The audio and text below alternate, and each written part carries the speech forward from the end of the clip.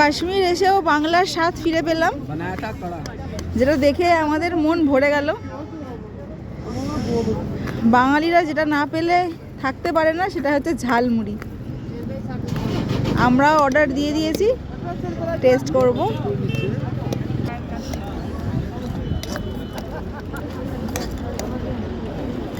গাড়ি কোথায় গেল গো বলি? ওই গাড়ি কি ছেড়ে চলে গেল নাকি? হ্যাঁ,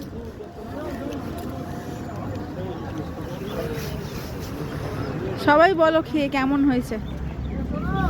কেমন ঝালমুড়িটা? আমাদের কলকাতার মতো? হ্যাঁ, কলকাতা से अच्छा है। কলকাতা से भी अच्छा है। কেমন, তোমার কেমন লাগছে? ভালো। बढ़िया। তোমার কেমন লাগছে? গাড়ি এসে গেছে, আমরা এবার লাগেজগুলো লোডিং করে নেব, তারপর আমরা বেরোবো শ্রীনগরের উদ্দেশ্যে। আমরাও উদমপুরের একটি, ঠিক শিব মন্দিরও না আবার হনুমান মন্দিরও না, মানে অনেকগুলো ঠাকুরের একটা মন্দির আছে, আমরা এই মন্দিরের উল্টো দিকেই ছিলাম। দুদিন এত দুর্যোগ ছিল, ধস নামার কারণে আমরা বেরোতে পারিনি। জম্মু থেকে রওনা হয়ে উদমপুরের একটি ছোট হোটেলে আমরা ছিলাম এতদিন। দুটো দিন কাটানোর পর কাল থেকে ওয়েদার ভালো হয়েছে, আজ আমরা যাচ্ছি। দেখা যাক আমাদের জার্নি কতটা কি করতে পারি, সঙ্গে থাকুন। সুপ্রভাত সকলকে। আমরা এখন উদমপুরে রয়েছি। গত দুদিনের এত দুর্যোগের জন্য আমরা আটকে ছিলাম, আমাদের জার্নিটা শুরু করতে পারিনি। কাল থেকে ওয়েদারটা এত সুন্দরভাবে আটকে গেছে, মানে আর হচ্ছে না বৃষ্টি। সবার মন খুব আনন্দিত, আমরা সবাই রেডি, সবাই মানে প্রস্তুত যাওয়ার জন্য। তো চলুন যাওয়া যাক বরফের দিকে। যখন আপনারা কাশ্মীর ঘুরতে আসবেন, দেখবেন রাস্তার ধারে এরকম ছোট ছোট দোকান থাকবে, ওরা এগুলোকে বলে ছোলে কুলচে। আমিও নিয়ে নিয়েছি। বাঙালি হিসেবে খুব ভালো লাগবে সেটা বলবো না, তবে খারাপ না খেতে, মোটামুটি ভালোই। দেখতেই পাচ্ছেন খাচ্ছি আমি। ওকে, শ্রীনগর যাওয়ার পথে যখন জ্যামের মধ্যে আটকে গেছি, হঠাৎ করে পাড়ার রাস্তায় ঘুরতে ঘুরতে কি দেখতে পেলুম, আসুন দেখিয়ে দিই। চিনতে পারছেন এটা কিসের গাছ? আমরা কিন্তু প্রায় এটা কিনে কিনে খাই। এরকম একটা সুন্দর সারপ্রাইজ পাবো ভাবতেই পারি। কমলা লেবুর গাছ, গাছ ভর্তি কমলা লেবু হয়ে আছে, ঠিক আমাদের ওখানকার আম গাছের মতো। ডাল লেকে ঝালমুড়ি খেয়ে আপ্লুত হয়ে আরও বেশিভাবে মুখরিত আর আপ্লুত আহ্লাদিত হওয়ার জন্য আমি এইভাবে প্রস্তুত ছিলাম না। আমরা এখন রয়েছি মির পাঞ্চালি নামের একটা হিল স্টেশনে। মানে এটা অ্যাকচুয়ালি অফবিট ডেস্টিনেশন। এরকম কাশ্মীর ঘুরতে গিয়ে যেমন একটা অফবিট জায়গা ঘুরতে পারবো ভাবিনি, এটা আমাদের ট্রিপে ছিল না। যেহেতু আমরা ধস নামার জন্য সব জায়গা ঘুরতে পারিনি, মানে কাশ্মীরের সবচেয়ে মানে ভালো ভালো জায়গাগুলো গুলমার্গ সোনমার্গ আমাদের ঘোরা হয়নি, সেই জন্য আমরা একটা অফবিট ডেস্টিনেশনে গিয়েছিলাম। তবে হ্যাঁ, এটা একটা বড় পাওয়া, যেখানে কেউ যেতে পারে না সেখানে আমরা গেছি।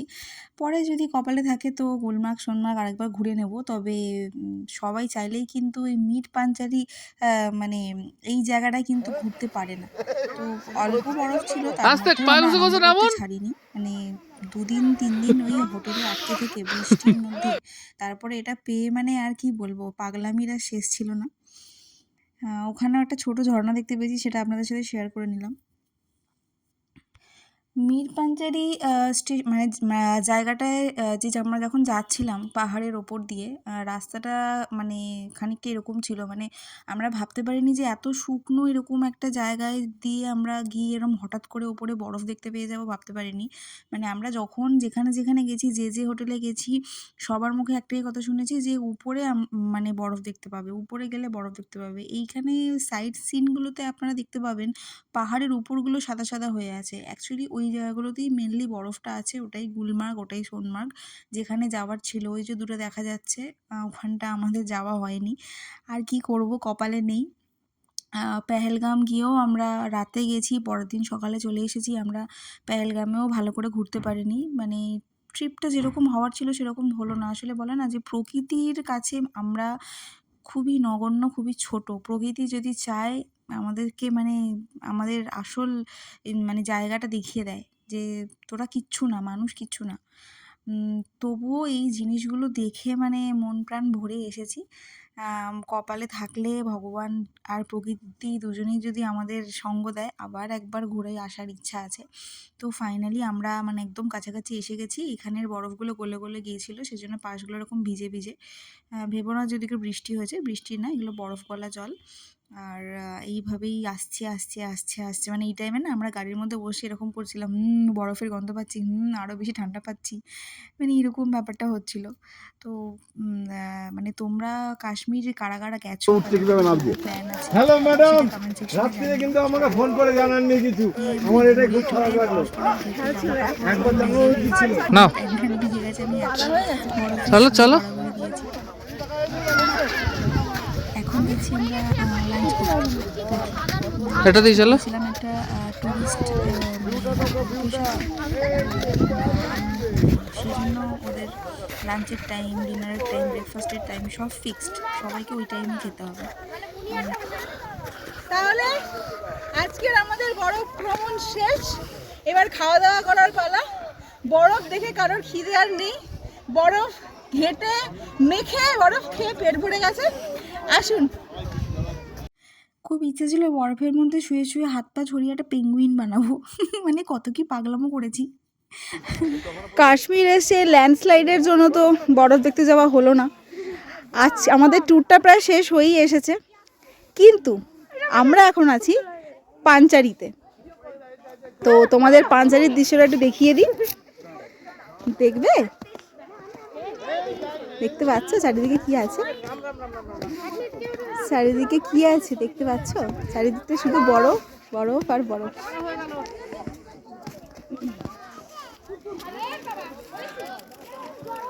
আনন্দের আর শেষ নেই। আমাদের এইটুকু বরফ দেখেই আমরা আহ্লাদে আটখানা হয়ে গেছি। চারিদিকে অনেক অনেক অনেক অনেক বরফ। তোমাদের একটু ভালো করে চারিদিকের দৃশ্যটা দেখিয়ে দিই। তবে এখানে ঠান্ডা কিন্তু খুব বেশি নেই। এত এত যে বরফ রয়েছে তার জন্য তো প্রচুর ঠান্ডা হওয়ার কথা, কিন্তু ঠান্ডা নেই। এই সময় পাশে মানে একজন রিলস করছিল, তার গানটাই আমি মানে আনন্দে আটখানা হয়ে গিয়ে গাইছিলাম। যেটা এখন আর করতে পারলাম না। সাদা চাদর গায়ে দিয়ে পাহাড় যেন ঘুমিয়ে আছে। যদিও সূর্য উঠে গেছে, পাহাড়ের ওপরে থাকা বরফ 80% গলে গেছে। তাও আর কি করব, জার্নি শেষেও একটু আনন্দ করে নিলাম। এই যে বাবাই সামনের দিকে এগিয়ে যাচ্ছে। এত সুন্দর আকাশে পাখি উড়ে যাচ্ছে, চারিদিকে পাখিদের মানে আর কি ডাক শুনতে পাওয়া যাচ্ছে, মানে ভীষণ ভালো লাগছিল। আমার তো আসতে ইচ্ছা করছিল না, একদম ইচ্ছা করছিল না। এখন মানে এডিট করতে বসেও মনে হচ্ছে যে বেশ আমি আরেকবার ঘুরে আসতে পারতাম।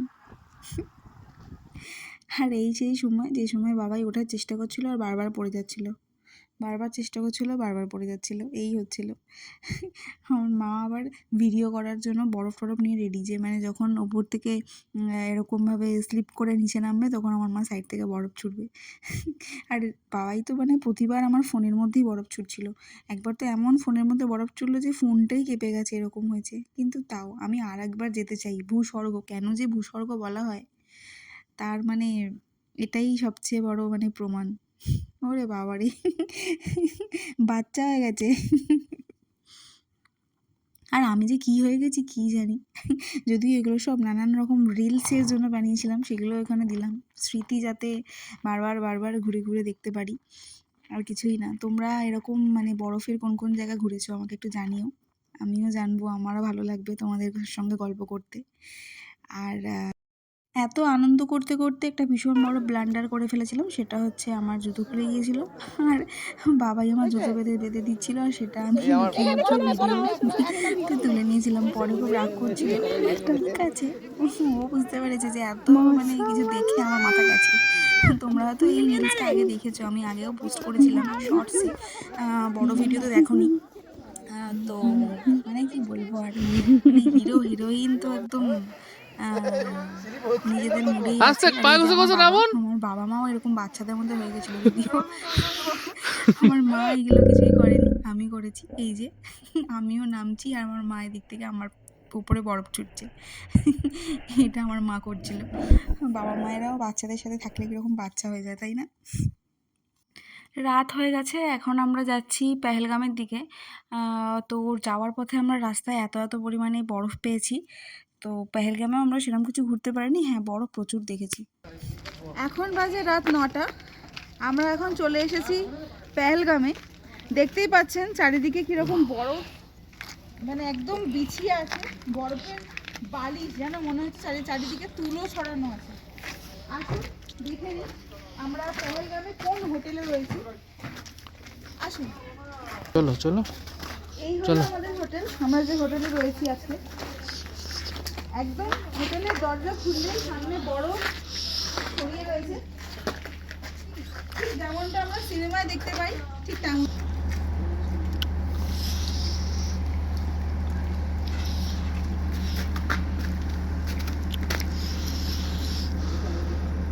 একদম জমাটি বরফ, ঝুরঝুরে বরফ একদমই নয়। আসুন ওই দিকটা কি দেখিয়ে দিই।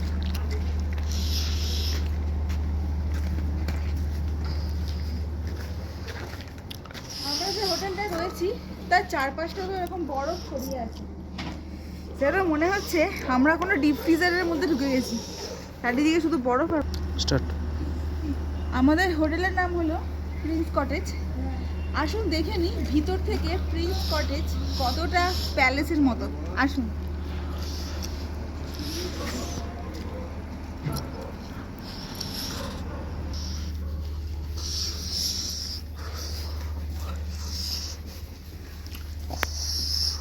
এই হলো আমার আর বাবাইয়ের রুম, আর এই রুমে আছে বাপি আর মা। হাই।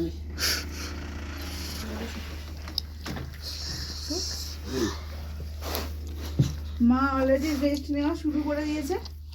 এই আমাদের ছোট্ট প্যালেস। হোটেল থেকে জাস্ট চেক আউট করলাম। পেহেলগামে সকাল, চারিদিকটা শুধু সাদা আর সাদা। দেখতে পাচ্ছি উপরে দেখুন বরফে পুরো পাহাড় বরফের চাদরে ঢাকা। আসুন একটু কাছ থেকে দেখে নেওয়া যাক। আস্তে আস্তে আস্তে। যখনই আপনারা বরফে হাঁটবেন খুব সাবধান। আমি নিজে এইভাবে পড়ে যাচ্ছিলাম। ঝুড়ো বরফে মানুষ 5 ফিট করে না, কিন্তু জমা বরফে মানুষের প্লাস 5 ফিট হয়ে যায়।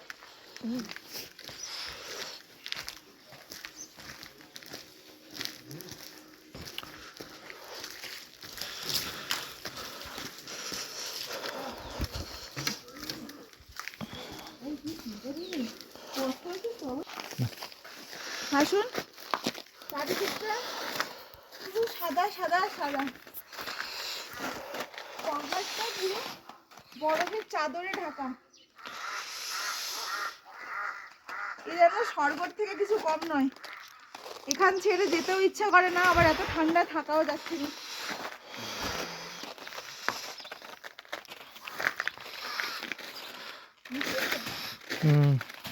নিউ স্নোফল ঢুকে যাবি জলদি। স্নোফল হয়েছে। এবার পেহেলগাম থেকে কাটরা আমরা রওনা হয়েছি। পেহেলগাম থেকে যখন আমরা কাটরার দিকে যাচ্ছি আর কি, সেই রাস্তায় আমরা মানে প্রচুর প্রচুর প্রচুর পরিমাণে বরফ দেখেছি। আমরা আপেল গাছ দেখেছি, বাট আমরা যে টাইমটায় গেছিলাম সেই টাইমটা অ্যাকচুয়ালি আপেলের সিজন ছিল না, সেই জন্য আমরা গাছে ধরে থাকা আপেল ওইভাবে দেখতে পাইনি। হ্যাঁ গাছ দেখেছি। আর এত এত বরফ দেখে না মানে কি বলবো, মানে ক্যামেরা যেন বন্ধ করতে ইচ্ছেই করছে না, মনে হচ্ছে না পুরো পুরো জার্নিটাই মানে ক্যামেরা অন করে রাখি, একটা মুহূর্ত মানে ফ্রেমবন্দি না করলে হবে না, যেন অনেক কিছু মিস হয়ে যাবে এরকম একটা ব্যাপার। মানে যেন মনে হচ্ছে যে মানে স্বপ্নে চলে এসেছি, স্বপ্ন দেখছি। কেন যে মানে ভূস্বর্গ বলা হয় কাশ্মীরকে, সেটা বিশ্বাস করো তোমরা যদি না ঘুরতে আসো, না কখনো এই জায়গাগুলো ভিজিট করো, তোমরা মানে বুঝতে পারবে না যে কেন বলা হয়। মানে আমি এটাই বলবো যে জীবনে অনেক কিছু করবে, জীবনে অনেক অ্যাসেট তৈরি করবে, বাট হ্যাঁ মানুষের ঘোরাটা ভীষণভাবে জরুরি। তাই সবাই একটু একটু করে সেভিংস করো, বছরে একটা ট্রিপ করো, ঘোরো, এতে মন প্রাণ সব কিছু ভালো থাকে, আর কিছুই না। তোমাদের সাথে আসলে এই জিনিসগুলো আমি বারবার করে শেয়ার করছি, যাতে তোমাদের মনের মধ্যেও মানে কি বলবো, তোমরাও যাতে আমার মতন মানে ভ্রমণপ্রেমী হয়ে যাও। আমি ভ্রমণপ্রেমী ছিলাম, বাট এই একটা দুটো ট্রিপ করে মানে একটু বেশি পরিমাণেই ভ্রমণপ্রেমী হয়ে গেছি। তাহলে আজকের ভিডিওটা এই পর্যন্তই। দেখা হবে খুব শিগগিরই, খুব তাড়াতাড়ি আবার পরের ভিডিও আসবে। ততদিন পাশে থেকো, সঙ্গে থেকো, আমার চ্যানেলটা সাবস্ক্রাইব করো, ভিডিওগুলো লাইক করো। আর আমি তোমাদের সাথে কথা বলতে চাই, ইন্টারাক্ট করতে চাই। তো তোমরা নিজেদের বক্তব্য কমেন্ট সেকশনে জানিও। সবাই ভালো থেকো। টাটা।